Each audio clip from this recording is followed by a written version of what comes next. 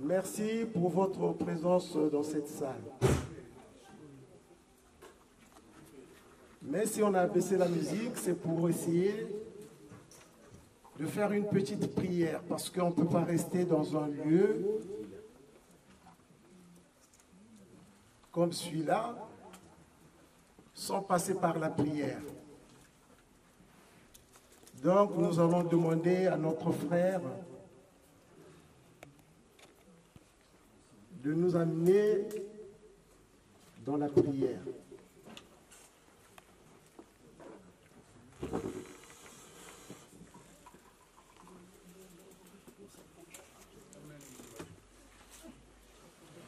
Comme cela a été annoncé, donc, nous allons prendre un temps de prière. Mais avant de prendre ce temps, j'aurais souhaité que nous puissions nous recueillir. Et peut-être que nous devons nous reconnaître pécheurs devant Dieu. Vous avez vu que je n'ai pas pris une Bible, c'est pour ne pas trop étirer la prière. Mais je vais parler de deux choses qui pourront nous aider à vraiment prier. Je pense que tous ici présents, nous avons déjà écouté la parabole de l'enfant prodigue. Un très très beau texte. Et Saint Jean nous dit que si quelqu'un parmi vous dit qu'il n'a pas de péché, celui-là c'est un menteur. Alors, dans la parabole de l'enfant prodigue, on nous parle de ce fils qui, au nom de la liberté, va dire à son père, ben, moi il faudrait que je parte. Malheureusement, quand il est parti, il a fait une expérience douloureuse. Une expérience qui ne dit pas son nom, ben, sauf qu'il avait réalisé que l'amour de son père ne lui avait pas quitté. Et il a pris la résolution de revenir vers le Père pour lui demander pardon. Il est entré au-dedans de lui et il a réalisé qu'il était pécheur. Alors ce soir, je voudrais que nous aussi, nous puissions entrer au-dedans de nous. Que chacun puisse entrer au-dedans de lui et se dire que moi, je suis pécheur. Par définition, le péché, c'est la désobéissance. Le péché, c'est une infidélité à l'amour de Dieu. Mais Dieu est tellement bon qu'à chaque fois, il n'hésite pas de nous pardonner. Donc, on entre dans nos cœurs, que chacun se reconnaisse pécheur, que chacun essaie de faire cette démarche de revenir vers le Père pour commander la miséricorde de Dieu. Vous savez, tous ici, on a des comptes bancaires. Qui à la Société Générale, qui au Crédit Agricole, qui à la Poste, qui à la BNP. Mais je vais vous dire une chose, c'est qu'on a une banque en face de nos yeux et nous n'avons jamais prêté attention à cette banque. Laissez-moi vous dire que cette banque, elle porte un nom. Cette banque s'appelle la divine miséricorde de Dieu. Amen. Cette banque, elle s'appelle la divine miséricorde de Dieu. Et comme dans toute banque, il faut y aller pour déposer de l'argent. Et parfois même, on est à découvert. Mais sauf que dans la banque de Dieu, on y va pour déposer nos fardeaux, on y va pour demander pardon à Dieu. Si avec les banques de ce monde, on est parfois surendetté, avec la banque de Dieu, il y a la grâce de Dieu qui surabonde. Donc du coup, on bénéficie de la miséricorde de Dieu. Et en regardant Dieu, en regardant l'attitude de Dieu, on peut parler de ce qu'on appelle la paternité de compassion. Cette paternité de compassion, elle se résume en 3 mots. Il y a la souffrance, il y a le pardon et il y a la générosité. Je répète, la paternité de compassion englobe 3 mots. La souffrance, le pardon et la générosité.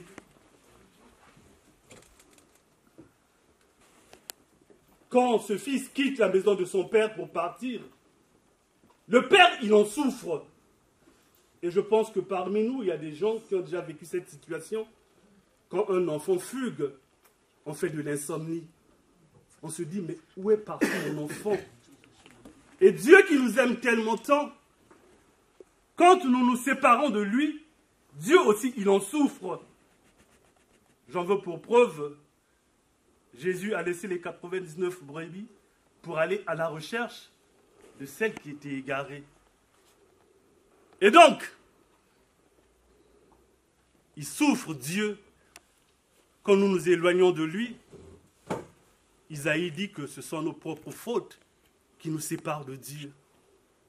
Mais quand l'enfant revient à la maison, qu'est-ce que le père fait? L'alliance au doigt, il fait tuer le veau gras, une grande fête, parce que celui qui était mort est revenu à la vie. Et l'histoire de la Bible, toute l'histoire de la Bible, c'est une histoire d'alliance entre nous et notre Dieu. C'est pourquoi quand on ne se sent pas prêt, ça ne sert pas d'aller à la mairie. Parce qu'on va pour porter une alliance, on va s'unir avec une autre personne. Et pour toute la vie. Et notre Dieu, il nous aime pour toute la vie. C'est pourquoi dans sa miséricorde, quand nous rompons cette alliance, il nous tend grandement les bras pour nous accueillir. Et donc, la troisième dimension de la compassion, de la paternité de la compassion, j'ai dit que c'est la générosité. Notre Dieu, il est très très généreux. Donc quand nous avons péché, il faudrait que nous revenions à Dieu pour lui demander pardon. Je parlais de cette banque, la banque de la divine miséricorde. Quand on est adhérent à une banque, qu'est-ce qu'on fait? On ouvre un compte. Mais nos cœurs sont chargés de péché, de maladie et de tout ce que nous savons. Mais nous devons revenir à Dieu pour ouvrir également un compte. Comment pourrait appeler-t-on ce compte? Moi, je vous donne le secret. Si on arrive à pardonner nos ennemis, si on arrive de vivre de l'amour de Dieu, alors nous ouvrons un compte qui s'appelle un cœur nickel. Amen. Un cœur nickel. Le cœur nickel, c'est celui qui est en capacité de pardonner. Le cœur nickel, c'est celui qui vit de l'amour de Dieu. Sauf que malheureusement, quand on essaie de regarder nos corps, nos cœurs, qui sont à la maison et le temple de Dieu, on est loin encore de ce cœur nickel. Pas de compte nickel, mais je parle d'un cœur nickel. C'est pour ça que je disais que tout un chacun de nous peut faire un examen de conscience. Tout un chacun de nous peut revoir son état de santé spirituelle pour réellement réaliser si mon compte bancaire à la banque de la divine miséricorde, si moi j'ai un cœur nickel. Donc pour ce faire, on va prendre un petit moment de silence pour que chacun puisse rentrer au-dedans de lui, qui se reconnaisse pécheur. Et dans le silence, nous demandons pardon à Dieu.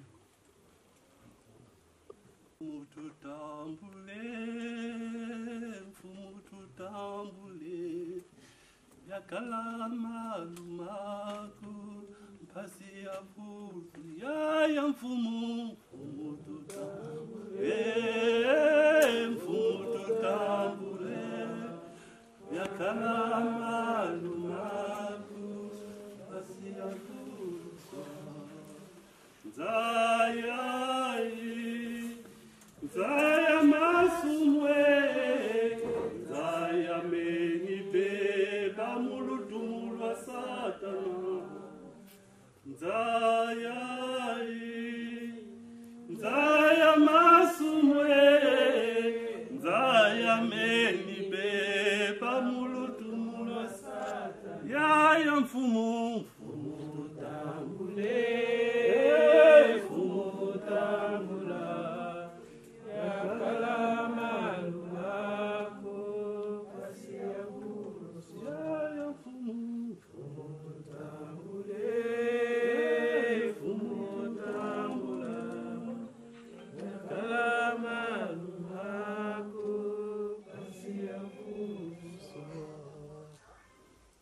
Ce fils-là, il n'était pas seul. Il avait son frère. Et très souvent, quand on parle de la parabole de l'enfant prodigue, on a beaucoup plus tendance à se focaliser pour celui qui est parti et qui est revenu. Mais ce soir, j'aimerais te dire que toi, tu es le deuxième fils. Toi, tu es le deuxième fils parce que tu n'acceptes pas le retour de ton frère dans la maison du Père. Le deuxième fils, au loin, quand il a entendu la musique, quand il s'est renseigné et qu'on lui a dit que il y a ton frère qui est revenu, c'est pourquoi ton père fait la fête, il était devenu furieux. Et ce furieux-là, par moment, c'est toi. Ce furieux-là, par moment, c'est toi qui gardes colère contre ton frère, contre ta soeur. Mais tu es ce deuxième fils. Or, il faut savoir que le père, il n'a pas fait de séparation, de différence entre le premier et le deuxième fils. Son amour qui surabonde a pour objectif de pouvoir pardonner ses deux enfants et de leur donner une place, de leur donner de l'héritage. Donc toi aussi tu es le deuxième fils qui est souvent colérique, qui est souvent jaloux. Et même, ça se remarque parfois dans des petites choses. Dans nos communautés, à supposer que c'est toi qui as pour habitude de sonner la cloche, dès qu'il y a quelqu'un d'autre qui le fait, toi tu t'énerves. Comme si en venant dans ce monde, tu t'avais ramené une cloche. Mais si c'est ta cloche, prends ta cloche, amène-la, nous on achètera une autre cloche. Vous voyez? Donc on n'accepte pas l'autre. On ne sait pas donner la place à l'autre pour que lui aussi il exerce son ministère. La moisson est abondante et il y a peu d'ouvriers, nous dit le Seigneur. Donc chacun de nous peut avoir une place. Chacun de nous peut exercer. Mais nous nous comportons très souvent comme ce deuxième fils. Nous sommes enfants de Dieu et nous sommes des héritiers. L'héritier, c'est celui qui aspire à la succession de l'héritage, bien entendu. Alors, mais quel est l'héritage que Dieu nous a donné? Le premier héritage que Dieu nous a donné, c'est son amour. Et nous, en tant qu'enfants de Dieu, nous devons vivre de l'amour de Dieu.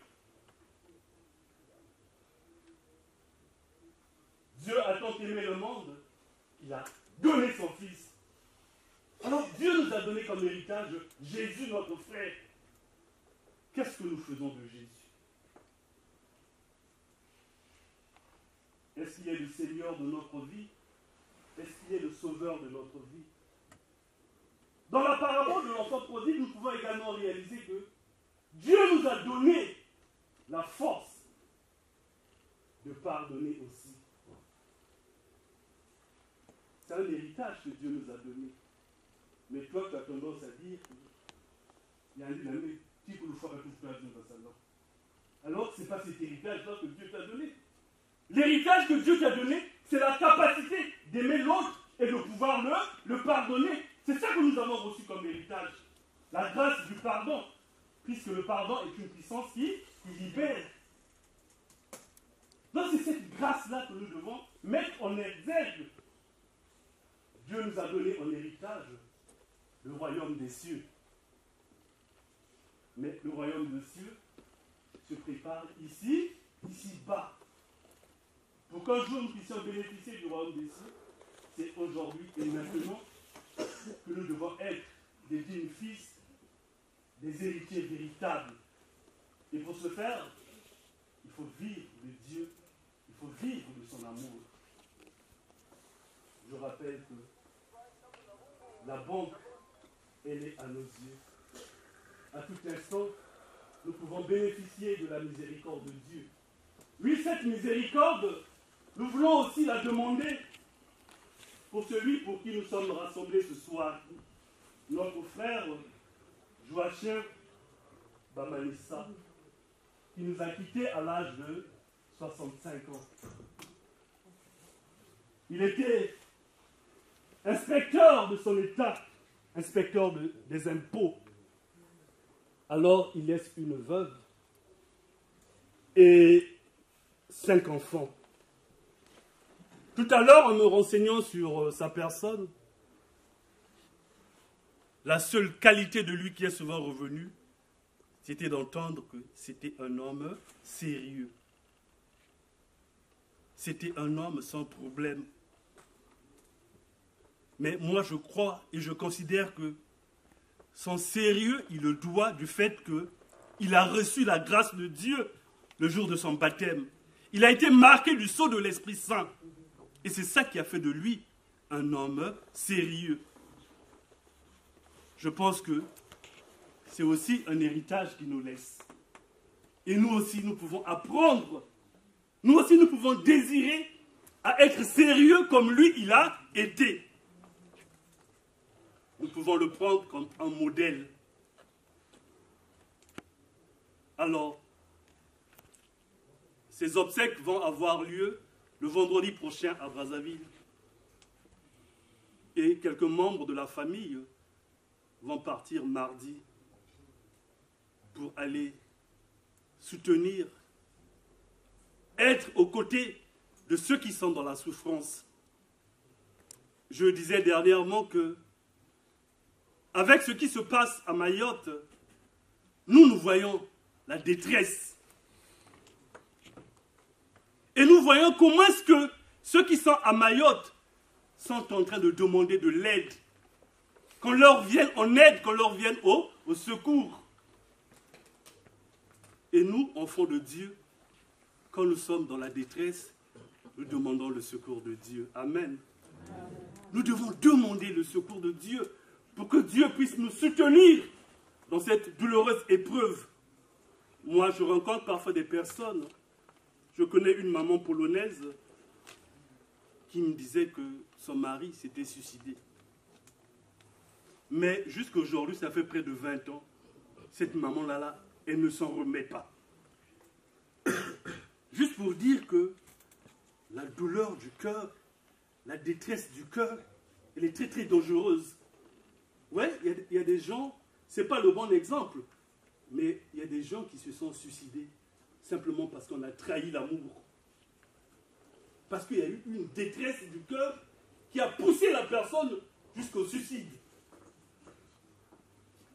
Mais nous, devant la détresse, nous devons demander le secours de Dieu.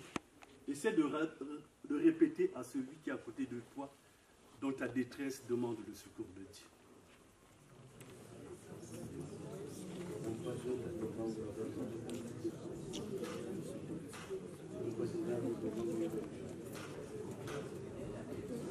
Donc il y a Monglé et sa famille, ils sont dans la détresse. Il y a Monglé et sa famille, ils sont dans la détresse. Mais dans cette détresse, c'est vrai que nous, on est en train de les soutenir financièrement, on est en train de les soutenir moralement. Mais le vrai secours viendra de Dieu. Au moyen et par la puissance de ton Esprit Saint, puisque l'Esprit que Dieu nous donne, c'est un esprit de paix, puisque l'Esprit que Dieu nous donne, c'est un esprit voyez, dans les attributions du Saint-Esprit, moi j'aime bien ce mot, on dit que c'est le consolateur. C'est le consolateur. Donc là où nous les hommes, nous sommes incapables de consoler nos frères et sœurs, il n'y a que l'Esprit Saint qui peut faire ce travail. Il n'y a que l'Esprit Saint qui peut aider Yamongé, sa famille, à accepter cette dure épreuve dans la foi. D'autant plus que ni la vie, ni la mort, rien ne nous sépare de l'amour de Dieu. Nous allons prier les uns pour les autres, en pensant aussi à d'autres familles qui sont dans la détresse. Ouvrons notre prière à la dimension universelle pour que tous ceux qui aujourd'hui sont dans la détresse puissent retrouver le confort, le secours auprès de Dieu. Le Seigneur est ma lumière et mon salut. Devant qui tremblerai-je? Le Seigneur est le rempart de ma vie. De quoi aurais-je peur et crainte? Mais que ce Seigneur-là soit le rempart et le secours de tout un château. Et puisqu'il nous a enseigné comment est-ce que nous devons prier pour nous adresser à Dieu notre Père, nous allons nous lever, bien-aimés dans le Seigneur, pour faire la prière que Jésus nous a enseignée. Notre Père,